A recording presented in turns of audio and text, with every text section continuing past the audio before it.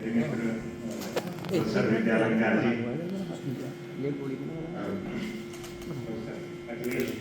जी, Shri Yogesh Jain ji, phone आया कि श्री संजय मालीवाल जी है, वीर वीरेंद्र सिंह जी जो कि मित्र हैं और सहयोगी भी हैं, और अरविंद जी जो आपने सुना गुरु जम्बेश्वर विश्वविद्यालय का कुलगीत, तो उन्हीं के द्वारा रचित।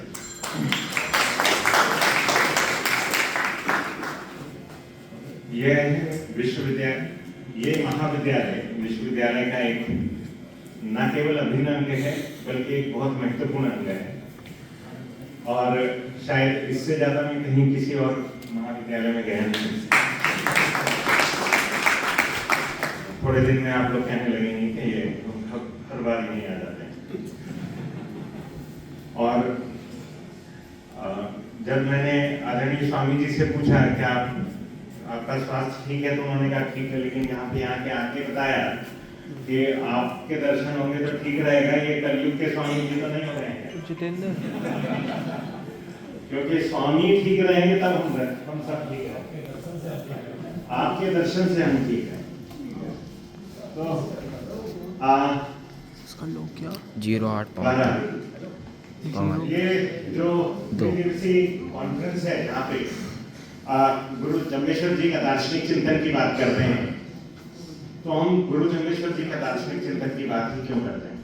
1451 में जन्मे पीपासर जगह है राजस्थान में,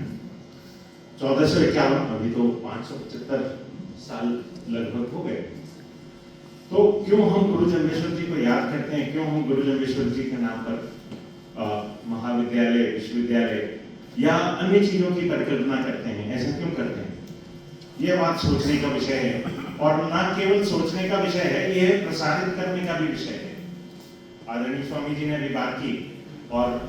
गुरु जम्बेश्वर जी के सिद्धांतों की बात की, और साथ में गुरु गोरक्षनाथ के सिद्धांतों की भी बात की। तो क्या हम कंपैरेटिव स्टडीज भी कर सकते हैं क्या? और फिर पाएंगे कि अंत में लगभग सभी एक ही माँ के बच्चे हैं, काफी सारी आपको समानताएं मिल जाएंगी। तो जो ये द्विदिवसीय कॉन्फ्रेंस है वो गुरु जम्बेश्वर जी के दार्शनिक चिंतन पर तो बात करेगी, जो उनके 29 नियम हैं, जो सतत जीवन की रूपरेखा की कहानी कहते हैं, वह यह भी कहेगी कि ये केवल दार्शनिक विचार ही नहीं है, ये व्यवहारिक दिशा निर्देश, और व्यवहारिक दिशा निर्देश इतनी सरल वाणी में कोई ले जाए, वो भी उस समय समाज में जबकि विषमताएं, और उस समय आप समझ सकते हैं कि 1451 के आसपास जब हम बिल्कुल गुलामी की तरफ बड़ी तेजी से अग्रसर थे और बिल्कुल दास्ता के पंजों में जकड़े हुए थे, तब उस समय जबकि पर्यावरण जैसी अंतर्दृष्टि जो गुरुजी ने दी, जो आज आपको प्रासंगिक लगेगी, उस समय शायद प्रासंगिक ना लगती, क्योंकि उस समय तो पर्यावरण जैसी जो भयावह परेशानियां थी नहीं। लेकिन आज के समाज में अगर वो इतने बड़े दृष्टा थे, तो क्यों ना हम पूरे जीवन दर्शन को अपने अंदर समाहित करें, उनके दार्शनिक और आध्यात्मिक योगदान को याद करें, उनके सिद्धांतों में निहित वैज्ञानिक ज्ञान को याद करें, और कुछ ऐसे स्कूल्स की परिकल्पना करें विश्वविद्यालय में जो इन सारी चीजों के ऊपर प्रकाश डालते हैं। इसलिए मुझे यह बताते हुए आपको अपार हर्ष है कि जो मैंने आप सब लोगों से सुनकर पहले स्कूल की स्थापना की थी, वह environmental science, MSc environmental science की बात की थी। वो न केवल गुरु जम्बेश्वर जी की एनवायरमेंट के प्रति जो उनका दर्शन था, उसकी बात को बढ़ावा देती थी, वह मुरादाबाद परिक्षेत्र में जहाँ पे कि ई वेस्ट और केमिकल वेस्ट, जिसकी वजह से हमारी जमीन जो कि गंगा जमुना के सब सर्वाधिक उपजाऊ मैदान होते हैं, वो कन्वर्ट हो रही है कार्सिनोजेनिक जमीन में, जहां पे कि कैंसर जैसी भयावह बीमारियां बढ़ने लगी हैं। तो क्यों ना हम इस तरीके की बात करें। अब समय आ गया है कि हम केवल अपने बारे में ना सोचकर, स्वार्थी ना बनकर, कम से कम समाज में जबकि हम जाएं इस धरा से, अब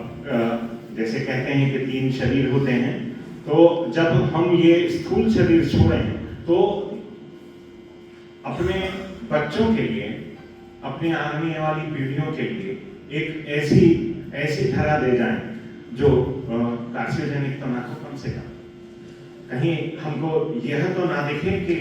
आप पैट स्कैन 5,000 रुपए में या 4,000 रुपए में, जैसे कि आजकल आप एडवर्टाइजमेंट देखते हैं दिल्ली मुरादाबाद रोड पर। तो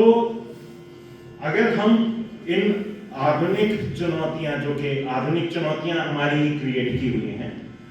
अगर इनसे निपटने में गुरु जम्बेश्वर जी के दर्शन को याद करेंगे, और गुरु जम्बेश्वर जी का दर्शन जो कि अगर हम कहें कि अगर सांख्य दर्शन की बात करते हैं तो प्रकृति और पुरुष की बात करते हैं, प्रकृति सराउंडिंग्स, पुरुष कॉन्शियसनेस, और अगर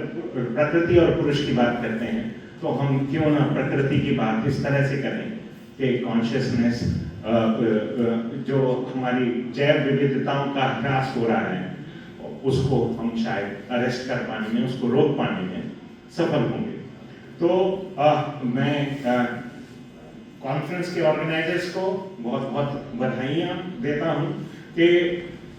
यहाँ पर उन्होंने ये कॉन्फ्रेंस, द्विदिवसीय कॉन्फ्रेंस आयोजित की।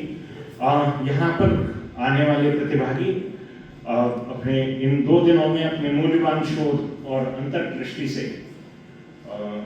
सभी को आलोकित करेंगे, और न केवल आलोकित करेंगे, इस कॉन्फ्रेंस के टेक अवेज ऐसे होंगे कि आप जो गुरु जम्बेश्वर जी के चिंतन को अपने घर तक लेके जाएंगे और अपने व्यवहार में भी उसका उपयोग करेंगे। यह संगोष्ठी जो कि मूल्यों के प्रति नवीनीकृत प्रतिबद्धता है और उसके लिए उत्प्रेरक का काम करेगी, ऐसी मेरी कामना है। और गुरु जम्बेश्वर जी का दर्शन अगर हम उसका कुछ अंश ही अपने घर ले गए तो शायद जीवन को सफल बनाने में सिद्ध होंगे। और अगर हमारा जीवन सफल होता है तो इससे बड़ा आचरण में, इससे बड़ी कोई चीज होती नहीं। तो आशा है हमारा ये कॉन्फ्रेंस आने वाले दिनों में, 2 दिनों में कुछ टेक अवेज लाएगी और कुछ रिकमेंडेशंस देके जाएगी, जिससे कि हम उन रिकमेंडेशंस पे अमल करें, क्योंकि यह एक सतत विकास की यात्रा है जो कि धारणक्षम हो, और जो धारणक्षम है तो हम जैसे कि खेजड़ी के वृक्षों के लिए बलिदान देना पड़ा था 17वीं शताब्दी में, तो